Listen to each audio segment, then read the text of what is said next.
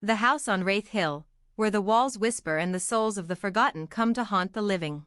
For generations, the people of Hollowbrook had spoken in hushed tones about Wraith Hill. It was a place shrouded in mystery, a steep, windswept hill overlooking the town that seemed to always be veiled in mist. At the summit stood an old, decaying house, the house on Wraith Hill, a home so ancient and twisted that it seemed to have been born from the very shadows of the land itself.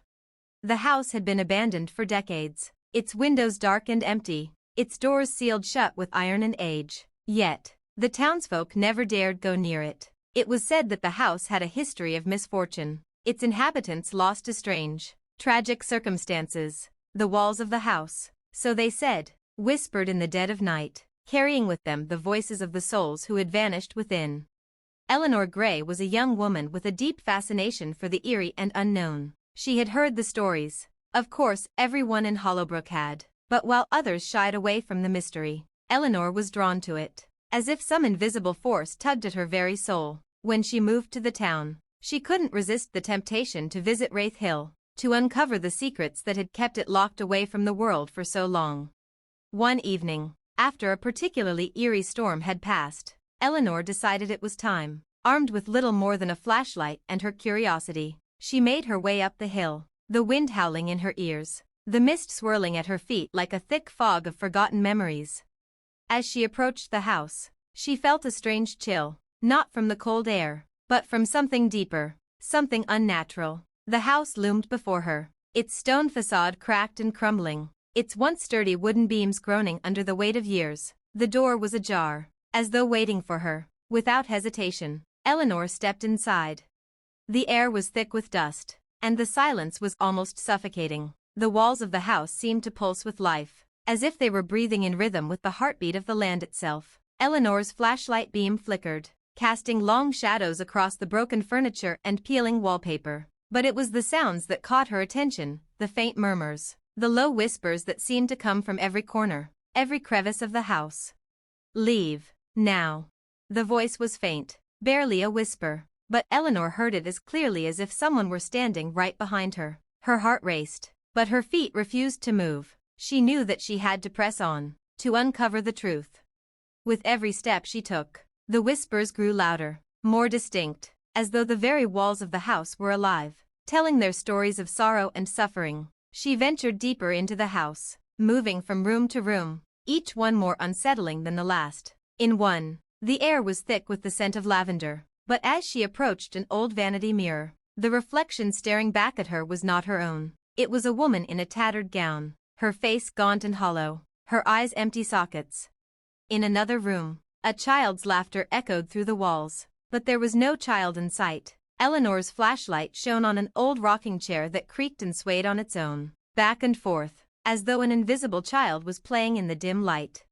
As she moved through the house, the walls seemed to close in around her. The whispers grew more frantic, more desperate, as though the souls trapped within the house were reaching out to her, begging for release. And then, in the heart of the house, she found it, a door hidden behind a thick tapestry. The door was old, the wood rotting and splintered, but there was a strange energy radiating from it, pulling her in. She reached for the handle, her fingers trembling as she turned it. Inside, she found a room unlike the others. It was small and circular, with no windows, and in the center stood an altar made of stone. On the altar lay a book, its pages yellowed with age, its cover cracked and worn. Eleanor could feel the weight of the room's history pressing down on her, the presence of the lost souls surrounding her, suffocating her. She picked up the book, the leather binding cool against her skin. As she opened it, the pages seemed to turn of their own accord, stopping at a page that was marked with an intricate symbol, a symbol that seemed to pulse with an eerie, unnatural light. The whispers grew louder, a chorus of voices now pleading for her to leave, to destroy the book, to forget everything. But it was too late. Eleanor's eyes locked onto the symbol, and in that moment, she understood. The house was not merely a home. It was a prison for the souls of the forgotten, trapped by the very curse that had bound them to the hill. With trembling hands, she reached for the symbol, tracing its edges with her finger. As soon as she touched it, the house seemed to come alive. The walls groaned and shook, and a cold wind swept through the room. The souls of the long dead rose up, their tortured screams echoing through the house. their faces appearing in the walls, in the floors, in the very air she breathed. Eleanor tried to run, but the door slammed shut behind her. The house was no longer just a house, it was alive, and it had claimed her. The whispers grew louder, until they drowned out everything else, until they became her thoughts, her every breath. The house on Wraith Hill had claimed another soul, and the walls whispered her name to the wind, as it always did for those who dared to uncover its secrets. And so, the house waits, still perched atop the hill, its walls whispering to anyone who dares to listen. The souls of the forgotten linger, their voices forever calling to the living, to those who might one day seek to uncover the truth. But beware, for the house on Wraith Hill does not give up its secrets easily, it never forgets, and it never lets go. The house on Wraith Hill, where the walls whisper and the souls of the forgotten come to haunt the living, Part 2. Days passed, and Eleanor's disappearance became the latest chapter in the town of Hollowbrook's long history of eerie legends. At first, the townspeople believed she was simply another victim of the house's curse, lost like so many before her. Yet, as time wore on, a strange unease crept into Hollowbrook. Some said they could feel it in the air, the tension that seemed to radiate from Wraith Hill, thicker now, heavier than ever before. Whispers started again, but this time, they were not only in the house. Maggie Ward, Eleanor's closest friend, had never believed in the ghost stories. She'd known Eleanor's fascination with the supernatural, had heard the rumors, but she refused to think her friend was gone forever. Maggie was determined to find her, no matter the cost. She was not one to believe in haunted houses or curses, not when she had spent her life in a town that had lived in the shadow of such tales for generations. But something had changed. The house on Wraith Hill no longer whispered only to those who dared enter. The whispers were now reaching out to the town, slipping through cracks in the windows and beneath doors. Those who walked the streets at night heard them, the soft, mournful calls carried on the wind. Eleanor. Eleanor. It was one cold autumn evening when Maggie decided she could not ignore it any longer. She stood at the base of the hill, her breath visible in the biting air, gazing up at the looming, shadowed house. The town behind her seemed eerily quiet, as though even the wind dared not speak. Maggie had been here countless times before, but tonight was different. She could feel the weight of the house's gaze on her. With determination in her heart and a flashlight in hand, she ascended the hill, the fog curling around her feet like ghostly tendrils. The closer she got to the house, the colder the air grew, until her breath came in sharp, quick gasps. She reached the door and, much to her surprise, it opened with a soft creak, almost as though it were inviting her inside.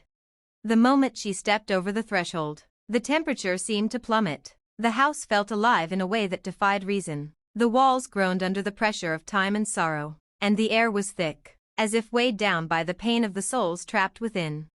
Eleanor? Maggie's voice trembled in the silence. There was no answer, only the echo of her own words bouncing off the decaying walls. But there was something else, too. The whispers. They began again, faint at first, like distant voices lost in the wind, but they were real, too real, and they were growing louder, closer.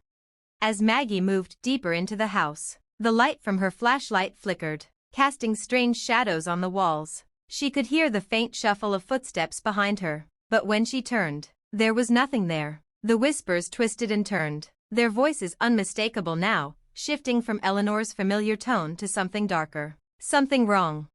Help me, the voice of Eleanor called out, but there was an unmistakable urgency behind it, a pleading that sent a shiver down Maggie's spine. Maggie pressed on, her heart pounding as she ventured further. Each step brought her closer to the heart of the house, to the room Eleanor had never returned from. The whispers now surrounded her, pressing in from all sides. And then she found it, the door Eleanor had entered, hidden behind the old tapestry, just as Eleanor had described. Maggie's hand hovered over the door handle, but she hesitated. A strange pressure tugged at her chest, a feeling she couldn't shake, as if the house itself were warning her. She pushed through the fear and turned the knob. The room beyond was exactly as Eleanor had left it, save for one detail. The altar in the center was no longer empty. Atop it lay the book, the very same book Eleanor had discovered, its pages still shimmering with that same unnatural light. Maggie reached out and grabbed it. The instant her fingers brushed against the pages, sending a jolt of icy energy through her, she couldn't put it down. The pages turned beneath her fingers, faster and faster, until the words seemed to blur into symbols that twisted and writhed on the page like living creatures. Suddenly, the room was filled with a loud, hollow scream, a scream that ripped through the very foundation of the house. The walls cracked, the floor shook, and Maggie felt herself being pulled toward the altar as though something powerful and unseen had a hold on her. The whispers turned into a cacophony of anguished voices, and in the heart of the storm, Maggie saw them, the souls of the forgotten, their faces twisted in eternal torment, their eyes pleading for mercy. Among them, Eleanor stood, her once bright eyes now dull and empty, her form flickering between the living and the dead. "Please, Maggie, you must destroy it." Eleanor's voice was faint but desperate. Maggie could feel the weight of the curse in the air, and she knew deep in her soul, that the book was the key to everything. It had been the source of the curse, trapping the souls of the forgotten, including Eleanor's, within the house's walls. Without thinking, Maggie slammed the book shut. The room plunged into darkness. For what felt like an eternity, there was nothing but silence. Then, gradually, the whispers faded, and the air began to settle, the weight lifting from Maggie's chest. The souls, their torment at last relieved, seemed to fade into the ether, leaving behind only the quiet of the house. But when Maggie turned, she saw Eleanor standing there, no longer a specter, but a living, breathing figure. Her eyes were clear now, her face free of the agony it once held. She smiled softly, her voice barely a whisper. "Thank you." Maggie rushed to her, but Eleanor stepped back, shaking her head. "I'm free now, Maggie. You've broken the curse, but you must go. The house, the hill, it can never be undone." With a final look at her friend, Eleanor disappeared into the darkness, her form fading as if it had never been. Maggie turned toward the door. As she stepped out into the night, she felt the weight of the house's eyes on her one last time. The whispers were gone. The house was silent, its walls no longer alive with sorrow. But Maggie knew this was only the beginning. The house on Wraith Hill might have been silenced, but its story, its curse, would never be truly forgotten. The house on Wraith Hill, where the walls whisper and the souls of the forgotten come to haunt the living, Part 3.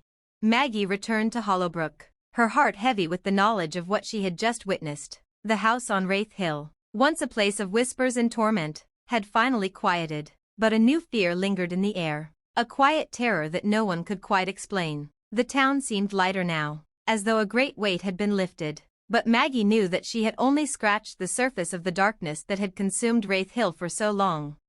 But there were still questions that needed answers. The next morning, Maggie visited the town's library, hoping to uncover more about the house, its origins, and the curse that had trapped so many souls within its walls. She combed through dusty old records, letters, and maps, searching for any clue that might explain why the house had become a prison for the forgotten. It wasn't until she came across a faded journal tucked between pages of old newspapers that she found something that made her blood run cold. The journal belonged to a man named Elias Blackwood, one of the original builders of the house. His writing was scrawled in frantic, desperate strokes, the ink smudged as if he had been writing in haste. The final entry, dated nearly a century ago, was chilling. "The house is alive. It was never meant to be built, but I could not stop it. It calls to me, whispers in my dreams. It hungers. I thought the curse would end with me, but it will not. It will claim everyone who dares to enter, and I cannot escape." Maggie's eyes widened as she read the final lines, which were almost unreadable due to the blotches of ink. "I hear it now. The walls are closing in. I have no choice. I must lock it away. I must bury it with the others, so that no one may ever know." The journal ended abruptly, and Maggie sat back, stunned by the revelation. Elias Blackwood hadn't just built the house, he had created it, or at least summoned whatever dark force resided within. The house was never meant to be a home, but a vessel for something far older, something malevolent.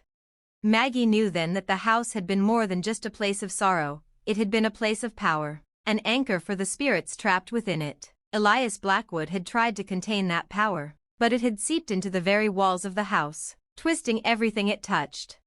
The question remained, could the curse truly be broken? Was the house really silenced forever, or had it only taken a temporary rest, waiting for the right moment to awaken again? As if in answer to her thoughts, the ground trembled beneath her feet. and the air grew thick once more with a familiar unease. Maggie's heart raced as she stood in the library, staring out the window at the distant silhouette of Wraith Hill. It was impossible to ignore, the house was still there, looming against the skyline. But there was something different about it, something alive about it. Later that night, Maggie could not sleep. She tossed and turned, haunted by the thoughts of the house. Had she truly set the souls free? Or had she merely given them a temporary reprieve? And what about the house itself? Elias Blackwood's words echoed in her mind. It hungers. The power that had once bound the house to its dark fate was not so easily undone. She had to go back. She had to find out the truth.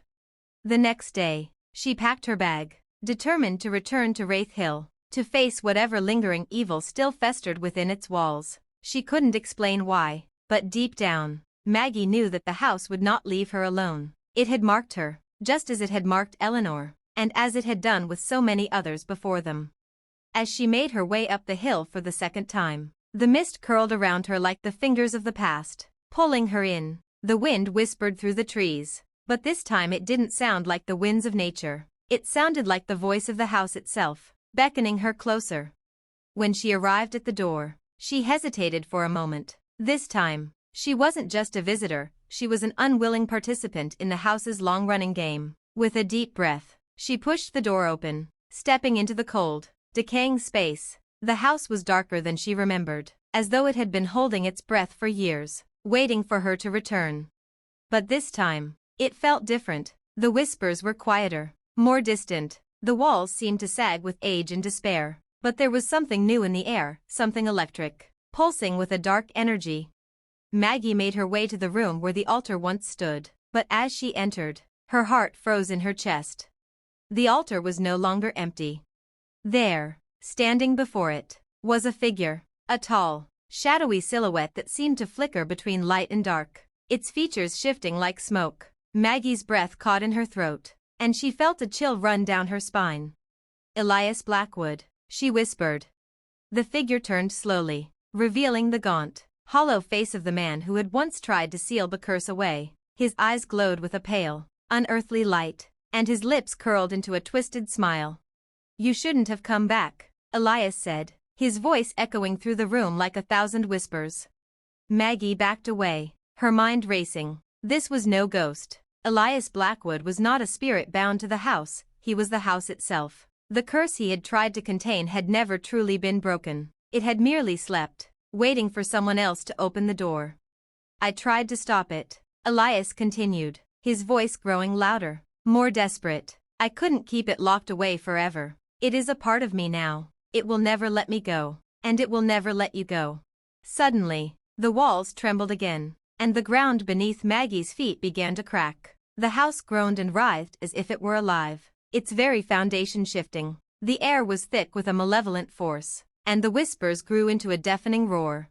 The house was awakening, and this time, it wouldn't be satisfied with just souls. Maggie's heart pounded in her chest as she realized the truth. The house wasn't just haunted, it was alive, and it was hungry. The only question now was whether anyone could stop it before it consumed everything. The house on Wraith Hill, where the walls whisper and the souls of the forgotten come to haunt the living, Part 4. The house quaked beneath Maggie's feet, its very walls alive with the vibrations of a power older than the town of Hollowbrook itself. The shadow of Elias Blackwood loomed before her, his form flickering between the physical and the spectral, a twisted reflection of the curse that bound him to the house. His hollow eyes locked onto hers, and she could feel the weight of centuries pressing in on her. "You should have stayed away, Maggie," Elias said, his voice low, full of sorrow and malice. "The house was always meant to claim you. I could never escape, and now, neither will you." The walls groaned louder, a cacophony of voices rising in unison, their tortured cries echoing through every corner of the house. The once faint whispers had turned into a deafening roar, a tide of anguish and desperation that pulled at Maggie's very soul. The spirits trapped inside the house were rising once more, and they weren't content with simply watching. They wanted to be free, and they would do anything to drag her down into the same dark fate. Elias stepped forward, his form shifting, as though he were becoming one with the house itself. "You think you've set them free? No, Maggie, you've only delayed the inevitable. The house lives through the curse, and the curse lives through me. It is not just the spirits that are trapped here. It is everything, the land, the very air. And now that you've opened the door again, the house will claim what it has always wanted, a new soul to bind to it forever. Maggie felt the coldness of the house seep into her bones, the weight of its power crushing her chest. She backed away, but the room was no longer the same. The walls had shifted, and the altar where she had once found the book was now surrounded by dark, swirling shadows. The house seemed to be feeding on her fear, growing stronger with each passing second. Desperation gripped her heart. She remembered the journal she had found, the words of Elias Blackwood, his final, frantic confession. There had to be something, some way to break the curse, to end the house's reign of terror once and for all. Maggie reached into her pocket, her hand closing around the small pendant she had kept with her since the night she had first visited the house. It was a simple thing, an old charm her grandmother had given her, said to be a protective talisman passed down through generations. She had never truly believed in it, not until now. The pendant hummed with a faint, pulsing energy as Maggie clutched it in her hand. The room seemed to grow darker still, the shadows stretching out like hungry claws. But something else began to stir. The very air around her seemed to shift, as though the talisman was pushing back against the oppressive force of the house. Suddenly, a flash of light erupted from the pendant, its glow filling the room with a pure, blinding brilliance. The shadows shrieked and recoiled, and for a moment, Maggie felt herself lifted from the ground, as if she were being pulled into another realm, far from the cursed house. But then, just as quickly, the light faded, and Maggie found herself back on the floor, gasping for breath. The house had fallen silent. The walls, once alive with the whispering voices, were still. The oppressive air had lifted, and the weight of the curse seemed to have vanished, as if the house had finally been freed from its torment. Elias Blackwood, too, had disappeared. The shadowy figure that had haunted the house was gone, leaving only the faintest trace of his presence, like a lingering, fading echo. Maggie staggered to her feet, her heart pounding in her chest. The room was still. The house, which had once been a living nightmare, was now silent, its pulse no longer beating through the walls. The spirits of the forgotten were gone, their torment lifted. But as Maggie stood there, she realized the truth. The house had not been defeated, not fully. The curse had been broken. Yes, but only for now. The house had merely been pushed back into a temporary slumber. It would rise again, someday, perhaps when the time was right, and it would always hunger for more souls. Maggie stepped away from the altar, her mind racing. She knew she couldn't leave things like this. The house on Wraith Hill would never truly rest until it had claimed everything. She had to make sure the curse was gone for good, or else another would fall prey to it, just as she had nearly done. The sun had begun to rise as she left the house, its light casting a pale glow over the mist-covered hill. Maggie turned one last time to look at the house, the ancient structure standing against the sky like a monument to all the lives it had consumed. It was silent now, but she knew better than to trust that silence. She had one final task, to make sure the house could never rise again. She would need to return to the town's old records, trace the curse to its origin, and find a way to truly seal it away, forever. But no matter the cost, she would see this through. For she understood now, some houses, no matter how beautiful or well-crafted, were built upon foundations of darkness, and while the souls of the forgotten had found some peace, Wraith Hill would never be free. The house had whispered its final secret to her, and Maggie Ward would not rest until it was truly silenced, once and for all. The house on Wraith Hill, where the walls whisper and the souls of the forgotten come to haunt the living, Part 5. The town of Hollowbrook had begun to forget, as towns do. Time was a healer, and the whispers that had once filled the streets with unease were now but an occasional memory, half remembered by the oldest of the townsfolk. Yet Maggie could never forget. No matter how far she tried to push the memories away, they clung to her like shadows, always present in the corners of her mind. Days passed in a blur as she researched, digging deeper into the town's forgotten history, the curse that had plagued Wraith Hill, and the dark origins of the house. It wasn't easy, old records were scarce, and much had been lost to time. But Maggie was persistent, driven by the nagging sense that the battle was not yet over. The house on Wraith Hill had not been truly defeated, not by her light, nor by her will alone. In the town's archives, she discovered something new, something that would change everything. A record, buried deep beneath other forgotten town records, that detailed the original construction of Wraith Hill. But this time, there was a name Maggie had never heard before: Catherine Blackwood. The Blackwoods had always been a prominent family, their name associated with the house and the curse that had haunted it for generations. But Catherine, Elias's ancestor, had been more than a simple member of the family. She was the key. According to the old account, Catherine Blackwood was not just a builder of the house. She had been a practitioner of the dark arts, a woman who had dabbled with forces far beyond mortal comprehension. The house, originally intended to be a sanctuary for the Blackwood family, had been built on sacred, cursed land, an ancient burial ground steeped in forgotten rituals and forgotten gods. Catherine, in her arrogance, had attempted to tap into those forces, unknowingly binding herself and her descendants to the house's malevolent will. But it wasn't just Catherine's reckless use of dark magic that had cursed the house. In a desperate attempt to protect her family, Catherine had sealed the curse within the very foundation of the house itself, creating a barrier that would keep the spirits of the dead bound to the land, unable to leave. That barrier, however, was never meant to last. The price of Catherine's magic had been high, and over the centuries, the house had fed on the souls trapped inside. It had grown stronger, its curse deepening with each passing generation. Maggie's hands trembled as she read the final entry in the record. It was a warning from Catherine herself, a final plea scrawled in frantic handwriting. If this reaches you, know that the house has a will of its own. The curse cannot be undone by mere force or light. It feeds on the souls, yes, but it is a living entity, and it has learned, even if you break the spell, it will always find a way back. The only way to truly stop it is to destroy the source, the place where the curse was born. Destroy the land itself, the foundation upon which the house was built, and the curse will die with it.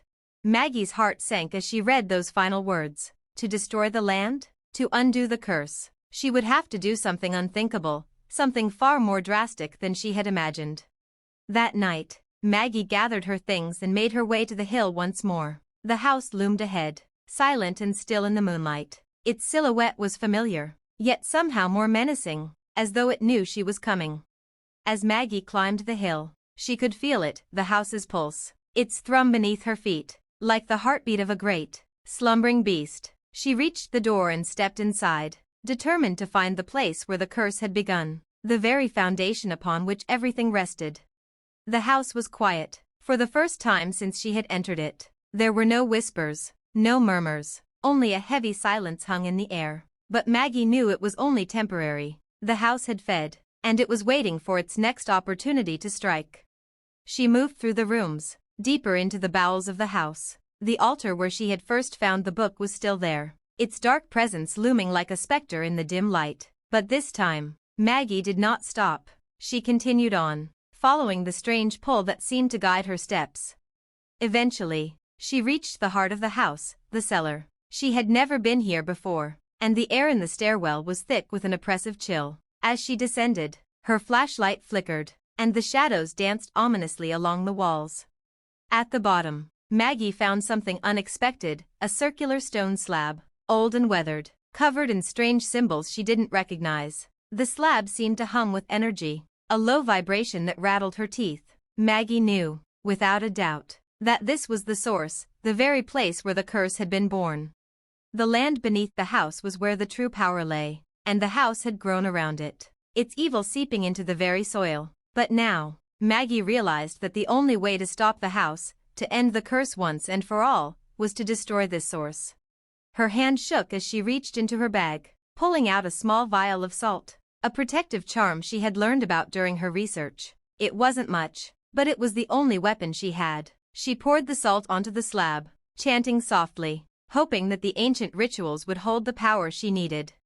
For a moment, nothing happened. The air was still. The house seemed to hold its breath. But then, a low growl emanated from the ground beneath her feet, and the slab began to crack. The house itself seemed to scream, its walls shaking with fury. The whispers returned, louder than ever before, as the spirits trapped within the house cried out in desperation. But this time, Maggie did not falter. She pressed forward, chanting the words louder, her voice strong, despite the terror that gripped her heart. With a deafening roar, the stone slab shattered, sending a shockwave through the house. The walls trembled as if they were about to collapse, and the very ground beneath her feet seemed to heave in agony. Maggie stumbled back, but she did not stop. The house was dying. As the final pieces of the slab crumbled, the oppressive weight of the curse lifted. The spirits' cries faded, their tormented souls finally freed from the grasp of the house. The ground began to tremble less, the whispers grew quieter, and slowly, the dark energy that had once suffocated the house began to dissipate. Maggie collapsed to the floor, exhausted but relieved. The house had fallen silent once more. She had done it. The curse was broken. But as Maggie looked around the cellar, she knew that the house would never be truly gone. The land would heal, but it would always remember the darkness it had harbored. And though the curse had been destroyed, Maggie understood that the house on Wraith Hill would always haunt the edges of Hollowbrook's history, a reminder of the evil that had once taken root in its very soil. With one last, lingering glance at the house, Maggie turned and walked away. The morning light breaking through the trees, the house was no longer her problem. But she couldn't help but wonder what would become of the next soul foolish enough to wander into its shadow. The house on Wraith Hill, where the walls whisper and the souls of the forgotten come to haunt the living, Part 6. Months passed, and Hollowbrook gradually returned to its quiet, peaceful routine. The whispering wind no longer carried the promise of terror from Wraith Hill, and the townspeople resumed their lives, none the wiser to the evil that had once lurked just beyond their doorstep. The town had been freed. But Maggie knew that the shadows of Wraith Hill were not so easily erased. Though the house was gone, the land still bore the scars of its curse. The once beautiful hill had become a barren patch of earth, its soil dark and lifeless, as if the house had drained every ounce of vitality from the land. But even that didn't last long. Nature was resilient. Grass slowly began to creep across the soil, and wildflowers sprouted in hesitant blooms, defying the dark history that had marked the place.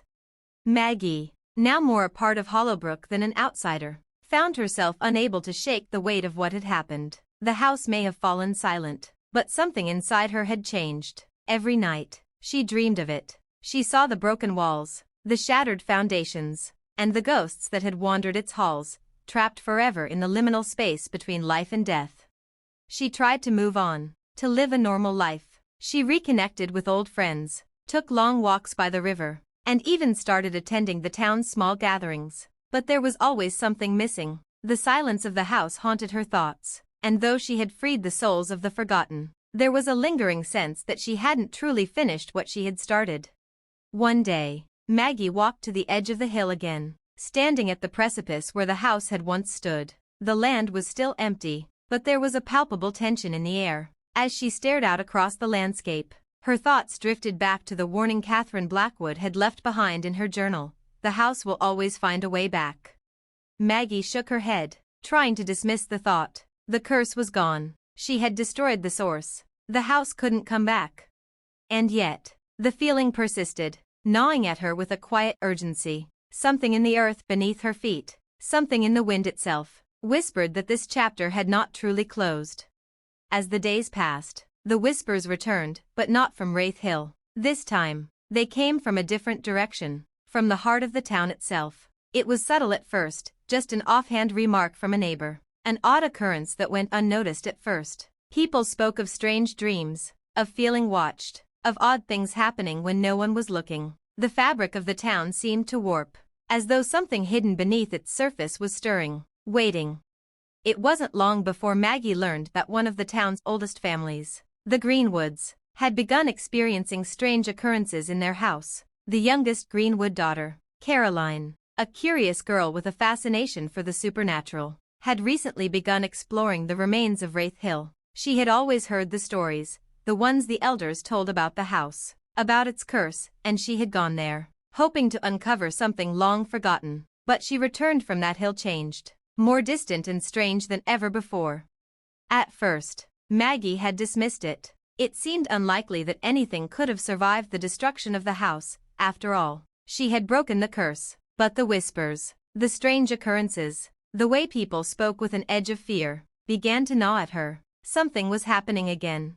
One evening, as the sun set and the fog began to creep over the town, Maggie decided to visit the Greenwood house. As she approached, she felt an unsettling coldness. a distant echo of the dread she had felt near the house on Wraith Hill. She knocked at the door, and Caroline's mother, Mrs. Greenwood, answered with a troubled look on her face. "Is Caroline here?" Maggie asked. Mrs. Greenwood hesitated before nodding. "She's upstairs. She doesn't sleep well anymore. And she's been talking to someone, or something. I can't make sense of it."